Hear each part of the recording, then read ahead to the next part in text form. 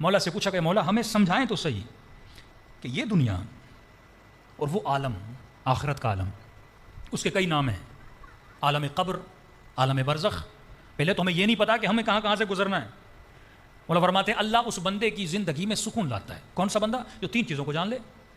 فرمائے مال ہو نہ ہو، بیمار ہو شفا یاب ہو، صاحب اولاد ہو نہ ہو، فقیر ہو امیر ہو، اس پہ فرق نہیں پڑتا. اگر تین چیزوں کو جان لے یہ بادشاہوں کی زندگی گزارتا ہے، سکون والی زندگی گزارتا ہے.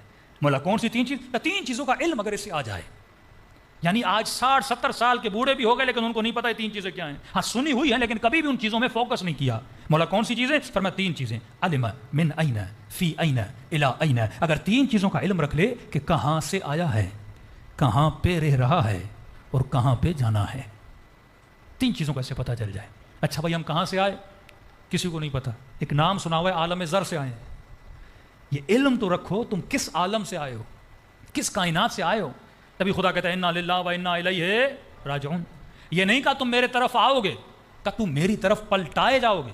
اس کا مطلب ہم سب پہلے وہاں تھے پھر پلٹ کے وہاں جائیں گے. اب جہاں سے آئے ہیں وہاں کی محبت تو ہونی چاہیے نا. اور کوئی ایسی جگہ ہے کہ جہاں کی لذتیں اتنی ہیں. ہر مرنے والا جو اپنے رشتہ داروں کے خواب میں آیا ہے، معصوم فرماتے ہیں ہر مرنے والا مرنے پہ خوش ہوتا ہے، کوئی ناراض نہیں ہوتا.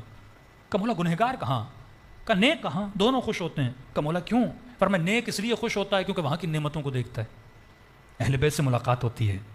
گنہگار اس لیے خوش ہوتا ہے اچھا ہوا جلدی مر گیا، زیادہ میں نے گناہ نہیں کیے، کیونکہ وہاں کے عذاب کو دیکھتا ہے. لیکن معصوم فرمایا ایک مرتبہ تو اس عالم کی جھلک دیکھ لے. اب کس طرح سمجھائیں آج کے جوان کو کہ وہ کائنات ہے کیا جہاں پہ تو جانے والا ہے. یعنی شوق پیدا ہوگا آپ کے دل میں. کیوں فرمایا کہ اللہ کے عباد موت کا شوق رکھتے ہیں، شہادت کی تمنا کرتے ہیں، دعائیں کرتے ہیں. مولا علی پوری رات روتے تھے کہ اس جنگ میں علی کو شہادت کیوں نہیں ملی. اور جب سر پہ ضربت لگتی ہے تو فرماتے ہیں اللہ فزتو برب الکعبہ، رب کعبہ کی قسم کے لیے آج کامیاب ہوا.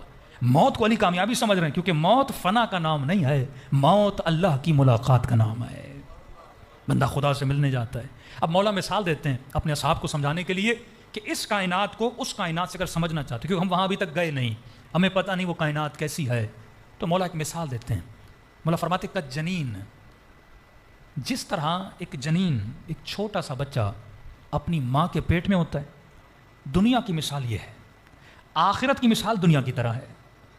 اب ان دو چیزوں پہ آپ فوکس کریں، 100 کتابوں سے بھی زیادہ آپ کے پاس علم آ جائے گا. یعنی 100 کتابیں بھی آپ پڑھ لیں آپ کو عالم برزخ سمجھ میں نہیں آئے گا، لیکن مولا کی اس مثال پہ اگر آپ غور کریں آپ کو عالم برزخ سمجھ میں آ جائے گا. فرمایا جس طرح جنین ماں کے پیٹ میں، سمجھو یہ تمہاری دنیا ہے، اور جب وہ باہر اس دنیا میں آتا ہے سمجھو یہ عالم برزخ ہے. کوئی ایسا میتھامیٹک پڑھا ہوا بندہ جو مجھے بتا سکے کہ دنیا اس کائنات کے مقابلے میں ماں کا پیٹ ہے کتنا؟ مجھے کیلکولیٹ کر کے بتائے. یعنی اگر یہ بولے کہ ذرے کے مقابلے میں کائنات ہے پھر بھی اس نے زیادہ بول دیا ہے. کتنا ہے ماں کا پیٹ اور کتنی ہے یہ بڑی کائنات؟ فرمایا یہ جو دنیا تمہاری ہے نا یہ ماں کے پیٹ کے برابر ہے، اور وہ جو کائنات ہے وہ جس طرح پیٹ کے مقابلے میں دنیا ہے اسی طرح اس دنیا کے مقابلے میں وہ کائنات ہے. تبھی فرمایا کہ جب اللہ جنت عطا کرے گا مومن کو تو وہ جنت اس دنیا سے بڑی ہوگی. وہاں پر بھی کمیونٹیز ہیں، توابین کی جنت، مومنین کی جنت، اولیاء کی جنت، انبیاء کے اصحاب کی جنت. ہر کسی کا مقام وہاں پہ الگ ہوتا ہے کیونکہ وہاں جسم محدود ہے، لہٰذا یہ دنیا آپ کو بڑی لگتی ہے. لیکن اگر آپ کو قوت پرواز آ جائے یہ دنیا بھی آپ کو کیا لگے گی؟ چھوٹی لگے گی، کیونکہ روح کی اپروچ بہت زیادہ ہے، وہ کائنات بہت بڑی ہے. اب اسی چیز سے تقابل کریں آپ کی پوری زندگی آسان ہو جائے گی. علم من این فی این الی این. دو چیزوں کو سمجھے، کہاں سے آئے وہ بعد میں بتاؤں گا، لیکن ہم کہاں پر ہیں اور کہاں ہمیں جانا ہے. اگر یہ دو چیزیں آپ کو سمجھ میں آ جائیں مولا فرماتے ہیں عظیم سکون خدا ہر بندے کو عطا کر دیتا ہے. اب یہ بوڑھا بندہ موت سے نہیں ڈرے گا، سکون کے ساتھ بستر پہ لوٹے گا، کہے گا اے ملک الموت جب بھی آنا ہے میری روح کو قبض کر دے، کیونکہ موت موت نہیں ہے، موت میرے لیے علی کی زیارت کا نام ہے.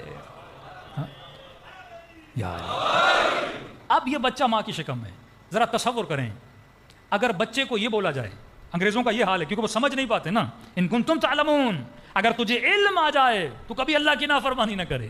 اگر تجھے علم آ جائے تو دنیا کی ناچیز لذتوں کے پیچھے نہ جائے. اگر تجھے علم آ جائے تو 5 منٹ کی شہوت کی لذت کے لیے کبھی امام زمانہ کو ناراض نہ کرے، کیونکہ تجھے علم ہی نہیں ہے. تم نے پوری زندگی غلطیوں میں گزار دی، غلط فلسفہ، غلط سوچ نے لوگوں کی زندگیاں تباہ کر دیں. کتنے لوگ تھے جو یورپ کی خواہش میں، ویسٹرن ورلڈ کی خواہش میں ہاں، کبھی ترکی کے راستے سے، کبھی دریاؤں کے راستے سے مر گئے. کس کی خواہش میں گئے تھے؟ مطلب آپ کی غلط سوچ آپ کی زندگی کو کیا کرتی ہے؟ تباہ برباد کرتی ہے. یہ آخری مجلسوں میں آپ کو احوالات بتاؤں گا جو جوان بڑے خواہش مند ہیں کہ ہم یورپ جائیں، ادھر جائیں، ادھر جائیں. معصوم فرماتے پہلے تجربہ حاصل کرو، پہلے جا کے وہاں جو رہے ہیں ان کی زندگیاں دیکھو، پھر تجھے اپنے گھر کی جھوپڑی بھی اچھی لگے گی، پھر تجھے پاکستان کی لوڈ شیڈنگ بھی اچھی لگے گی، پھر تجھے یہاں کا کچرا بھی اچھا لگے گا. دور سے دھول سہانے ہوتے ہیں، ہر چیز آپ کو اچھی لگتی ہے، لیکن جب آپ کو یہ مقصد پتا چل گیا زندگی کا مقصد صرف پیسہ کمانا نہیں ہے، زندگی کا مقصد صرف لگژری لائف اسٹائل کو حاصل کرنا نہیں ہے. اگر یہ ساری چیزیں مجھے مل جائیں پھر بھی سکون نہ ملے تو پھر فائدہ کیا؟ آج آپ کے بڑے بڑے سیاستدان، کوئی لندن بیٹھا ہے، کوئی کہاں بیٹھا ہے، سکون ہے ان کی زندگیوں میں؟ سب کچھ کمانے کے بعد، دولت کمانے کے بعد، اربوں کے فلیٹ اور جائیدادیں بنانے کے بعد بھی آج سکون کے ساتھ نہیں رہ رہے، وجود میں سکون نہیں ہے. کیوں؟ کیونکہ وہ غلط راستے پر چلے. اہدنا الصراط المستقیم، جو راستہ خدا نے بنایا ہے اسی راستے میں سکون ہے، اسی راستے میں خدا نے پیس رکھا، اسی راستے میں خدا نے امن رکھا ہے. تبھی کربلا کے اصحاب تیروں اور تلواروں کے سائے میں ہیں. لیکن یہ عربی کے جملے ہیں. امام حسین نے فرمایا عباس کہہ دے ایک رات کی مہلت، ایک رات کی مہلت. جب مجھے پتا ہو میری زندگی کی آخری رات ہے، میں اپنی بچی کے ساتھ گزاروں گا، بیوی کے ساتھ گزاروں گا، بھائیوں کے ساتھ گزاروں گا. لیکن لشکر یزید کہتا ہے حسین کے خیموں سے تسبیح خدا کی آواز ایسے آ رہی تھی جس طرح شہد کی مکھیاں چھتے پہ آواز ڈالتی ہیں. پوری رات ذکر خدا، کیونکہ وہ عاشق تھے، انہیں وہ کی مل چکی تھی کہ ہم دنیا میں آئے کیوں ہیں، کس کے عاشق بننے آئے ہیں، اور مجھے کس کا عاشق بنایا گیا، کس کی محبت میں مجھے گرفتار کیا گیا. بس آج اشارہ دے رہا ہوں، تفصیل میں کل جاؤں گا.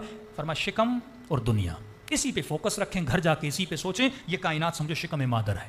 پہلا پیٹ جس میں تم آتے ہو وہ ماں کا پیٹ ہے، دوسرا پیٹ تم جس میں آتے ہو وہ دنیا کا پیٹ ہے. اس پیٹ سے نکل کے تم جس کائنات میں جاتے ہو وہ عالم عالم برزخ ہے. برزخ کے بعد جہاں جاتے ہو وہ قیامت ہے. قیامت کے بعد جہاں تجھے بھیجا جائے گا وہ ابدی زندگی ہے. یعنی 4 مرحلے تم کراس کرو گے. پہلا مرحلہ ماں کا پیٹ، دوسرا مرحلہ دنیا کا پیٹ، تیسرا مرحلہ عالم برزخ، چوتھا مرحلہ قیامت کا، پانچواں مرحلہ جو ابدی زندگی ہے جسے حیات ابدی کہتے ہیں، جو خالدین فیہا ہے. یا ہمیشہ کے لیے جہنمی بنے گا یا ہمیشہ کے لیے کیا بنے گا؟ جنتی بنے گا. لیکن پہلے اس کو تو سمجھو کہ تم ہو کہاں پہ اور تمہیں جانا کہاں پر ہے. حضور فرماتے یہ دنیا عالم برزخ کے مقابلے میں ماں کے پیٹ کی مانند ہے.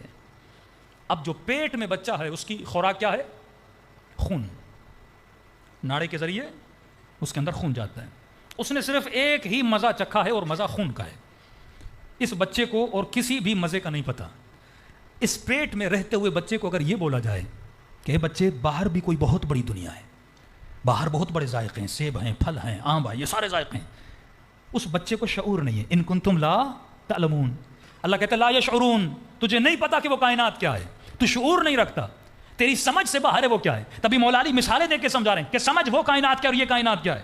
اس بچے کو شعور نہیں کیونکہ اس نے باہر دیکھا نہیں. اب اسے کتنا بھی بولا جائے بھائی باہر نکلو، 400 ذائقے، پھل، پانی، شربت، پتہ نہیں کیا کیا، بچہ کہے گا مجھے بے وقوف نہیں بناؤ، میری دنیا تو یہی ہے، ماں کا پیٹ ہے. دوسری چیز، اس بچے کو جو پیٹ میں دیا جا رہا ہے وہ پیٹ کے لیے نہیں ہے. مولا نے مثال دی تو مثال پہ غور کریں.